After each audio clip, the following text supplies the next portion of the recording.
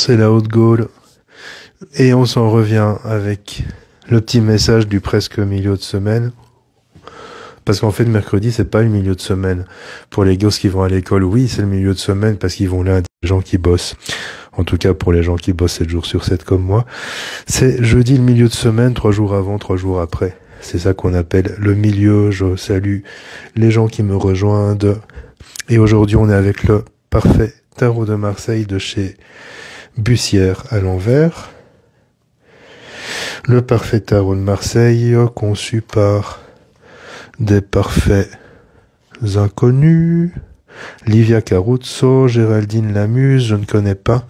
Pour moi, ce sont des parfaits inconnus, mais probablement que pour certains autres, ils ne le sont pas. Je te propose de choisir la carte numéro 1, la carte numéro 2 ou la carte numéro 3. Ferme les yeux, respire profondément, calme-toi. Entre le 1, le 2 et le 3, quel chiffre t'apparaît en premier lieu? Quel chiffre t'attire le plus? Réfléchis, peut-être que un chiffre te plaît, peut-être même 2, peut-être les 3. L'important n'est pas toujours de se limiter à un seul choix, car les choix du cœur sont les choix qui priment. Une fois que tu auras fait ton choix, je vais lire les cartes une par une. Je t'invite à laisser passer la carte que tu n'as pas choisie pour aller à la carte suivante. Et si tu as choisi 2 cartes, 3 cartes, laisse-toi simplement guider.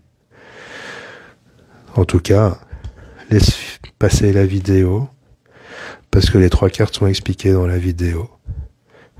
Tu as choisi la carte 1, la carte qui fait peur. C'est la carte 13, l'arcane 13, la lame 13 du tarot. La 13, beaucoup de gens pensent que c'est la mort. En réalité, c'est l'arcane sans nom.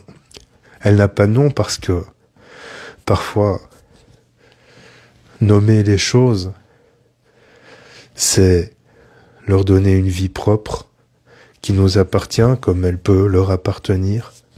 Or, cette carte, elle te dit, ici et maintenant, il y a du ménage à faire.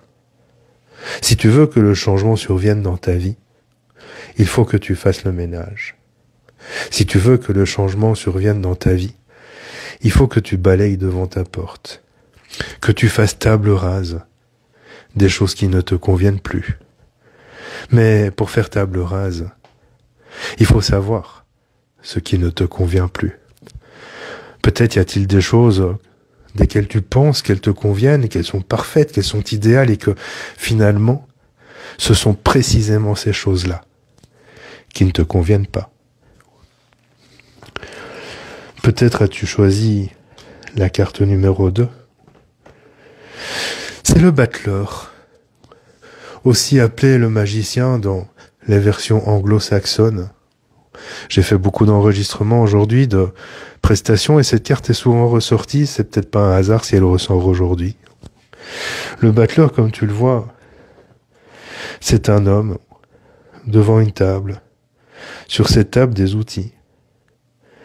Il y a différentes couleurs, du rouge, du bleu, du jaune, du vert. Il semble être sur le sable. Cette carte te dit, aujourd'hui, pour ce milieu de semaine, peut-être devrais-tu faire le point. Le bilan sur tes compétences, tes outils, peut-être même faire le point sur les choses qui ne semblent plus être à ta portée.